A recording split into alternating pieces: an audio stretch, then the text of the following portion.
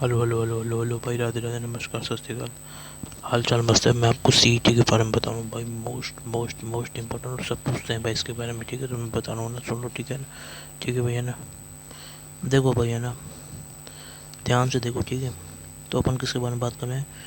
Common entrance. Common entrance, ध्यान सुनो, ठीक है? देखो देखो देखो, बता रहा हूँ ना। एली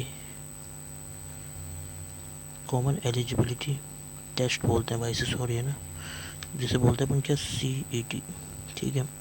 तो भाई ये है ना, दो तरीके से होता है, ठीक है? जिसके बारे में फुल डिटेल बता रहा हूँ मैं आपको, फुल डिटेल।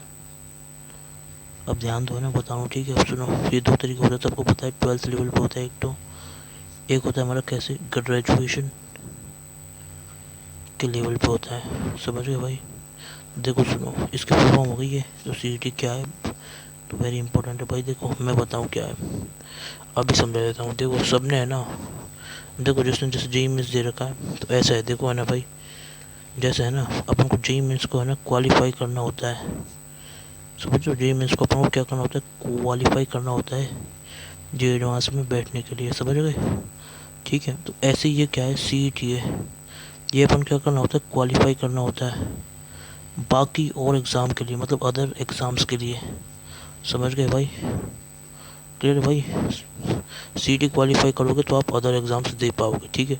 अगर आपने यहीं पे आप हार मान गए, तो आप और एग्ज़ाम दूसरों के, मतलब पहले स्टेप बोले तो क्या है, जैसे आपने यूपीएससी का एग्ज़ाम देखा होगा, तो सबसे पहले प्री निकालना होता है, फिर उसके बाद मेंस पे आते हैं, ठीक है? समझ गए? तो ऐसे ही इसमें है, ठीक है? समझ गए? ऐसे आप क्या करना है, पहले आपको ये क्वालिफाई करना है, फिर आप दूसरे एग्ज़ाम्स पे जाओगे, ठीक है? याद कर लो इस चीज़ को, मतलब याद नहीं, मतलब ये चीज़ जो आपको सोचना है और समझना है, ठीक है? ठीक है, अब देखो है ना भाई, अब देखो देखो है ना, जैसे बताऊँ वैसे देखो, बस तो बहुत एग्ज़ाम होते हैं, बट जो मैं 7 मेन एग्ज़ाम हैं जो आप दे सकते हो वो बता रहा हूँ मैं, ठीक है? तो भाई उनको देने से पहले आपको ये देना पड़ेगा, ठीक है? तो देखो भाई, सीमेंट मेन एग्ज़ाम, तो देखो सुनो, पहला एग्ज़ाम है भाई हमारा किसका, क्लर्क वाले बाबू, एलटीसी, ठीक है ना? तो ग्रेड, कौन सा ग्रेड, ग्रेड सेकंड, ठीक है? क्लर्क ग्रेड सेकंड आप दे सकते हो, ठीक है? ठीक है, बोले किस में बनूँ क्लर्क आप, ठीक है? सेक्रेटरीस्ट या फिर आरपीएससी के जो है ना हमारे, वो होता है ना ऑफिस उनके अंदर, ठीक है? और देखो, ठीक है ना भाई, अगर आपको क्या बनना है, ध्यान सुनो, ठीक है ना? देखो है ना, राजस्थान पुलिस कांस्टेबल बनना है आपको, ठीक है? और देखो है ना, अब देखो है ना, जूनियर असिस्टेंट के लिए भी,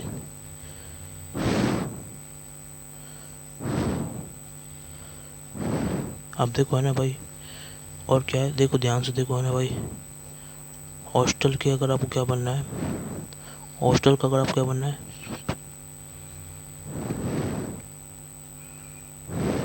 ठीक है?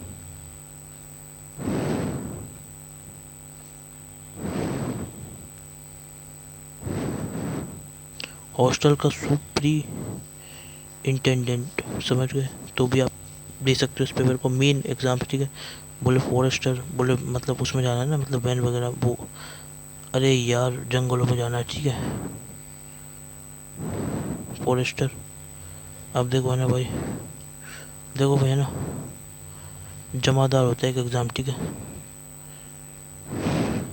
आबकारी, मतलब एक्साइज डिपार्टमेंट के अंदर, ठीक है? तो वो आप दे सकते हो, जमादार ग्रेड सेकंड, ठीक है?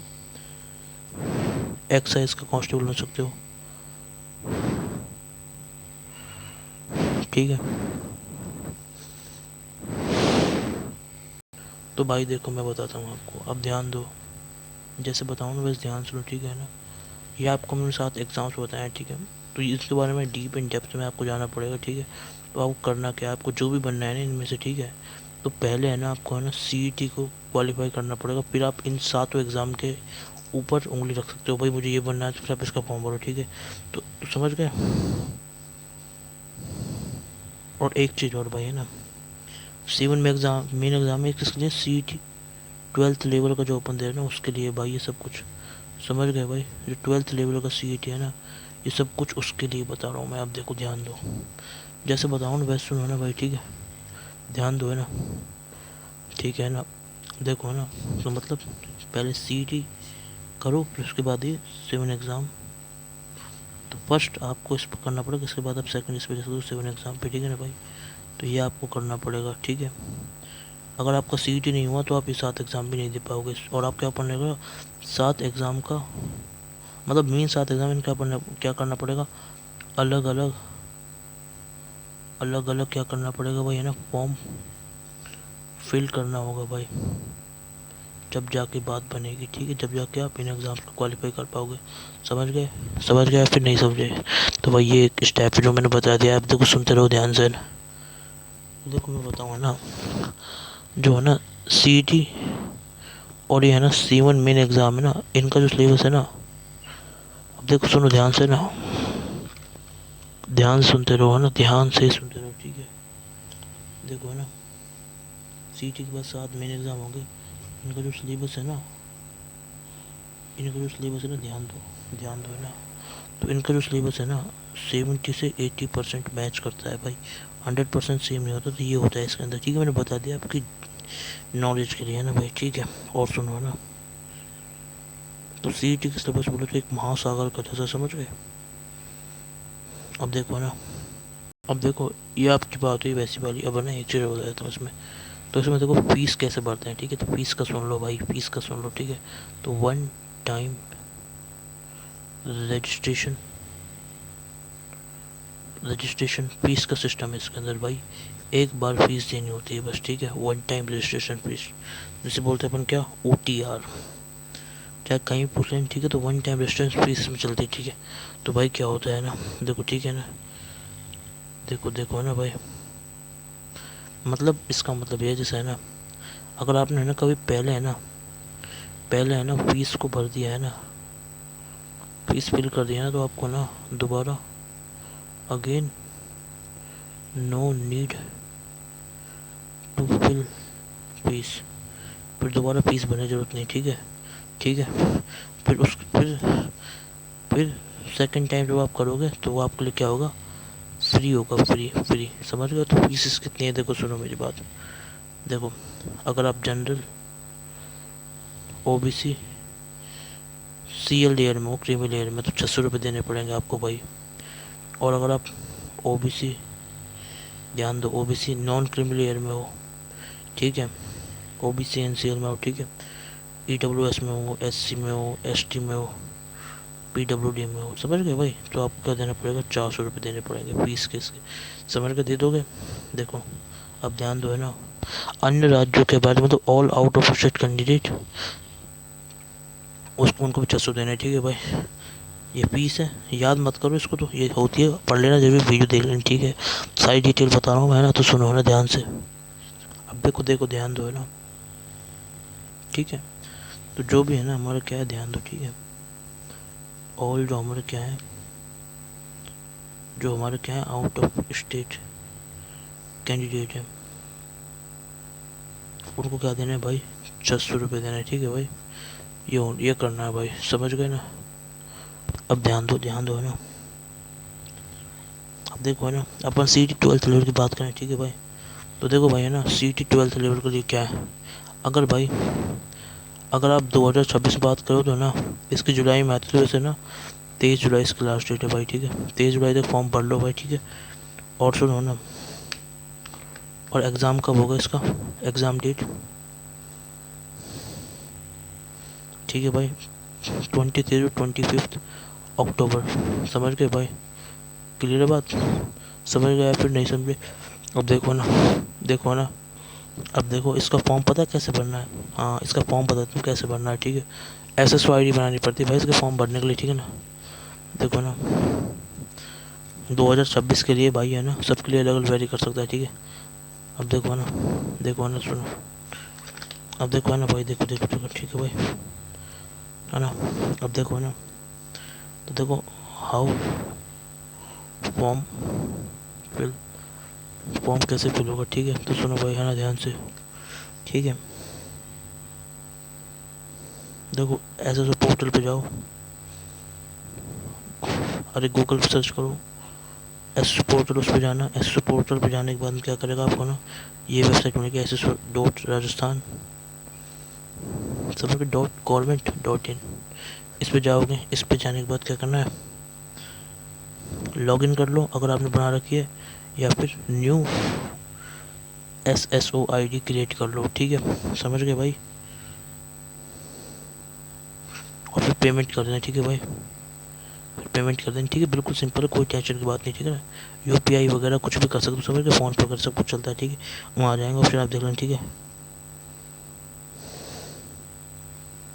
अब देखो, ठीक है, समझ गए भाई। तो ये है भाई, फॉर्म भर लेना 23 तारीख लास्ट डेट इसकी, ठीक है। एक चीज़ समझाता हूँ भाई, CET में, ठीक है, किसी से पूछ लेना भाई, मैं भी बता देता हूँ, सभी बताते हैं वैसे, ठीक है। तो सुनो सुनो भाई, है ना, इधर सुनो ध्यान से, है ना भाई। इसमें क्या सिस्टम है, इसमें देखो क्या सिस्टम है। CET के अंदर हमारा सिस्टम क्या है, CET का आपने एग्ज़ाम दिया 12th लेवल का, तो भाई उसका क्या आया, हमारा क्या है, ध्यान दो, उसका स्कोर कार्ड आया। तो उसका स्कोर कार्ड है ना, ध्यान से सुनना भाई, है ना, उसका स्कोर कार्ड है ना आपका 3 ईयर्स, 3 साल तक है ना वैलिड रहता है भाई। अगर आपने 2026 में एग्ज़ाम दिया तो यह ना आपका 2027 तक वैलिड रहेगा, 2028 में वैलिड रहेगा, ठीक है, 26, 27, 27, 28 और 29 तक वैलिड रहेगा, ठीक है। तो भाई एक एक एक 3 साल तक, समझ गए, तो ऐसे वैलिड रहता है, क्लियर है बात। अब सुनो, 3 साल तक तो वैलिड रहता है, और क्या करना है इसमें, ठीक है ना। अब जैसे क्या हुआ, ठीक है, तो 3 साल तक वैलिड रहता है, समझ गए। अब देखो, ये केस नंबर 1 है, ठीक है भाई। अब क्या हुआ, केस नंबर 2, अगर क्या आया आपका ना, बैड स्कोर आया, बैड स्कोर आया आपने दिया भाई, इसका पेपर आप कितनी बार दे सकते हो, 3 टाइम दे सकते हो, first year, second year, third year, ठीक है, ऐसे कर करके, ठीक है भाई, 3 बार दे सकते हो, ठीक है ना। देखो किसी किसी का ख़राब स्कोर आया तो वो क्या कर सकता है, next year, next year again try कर सकता है, नेक्स्ट ईयर अगेन कोशिश कर लो, ठीक है।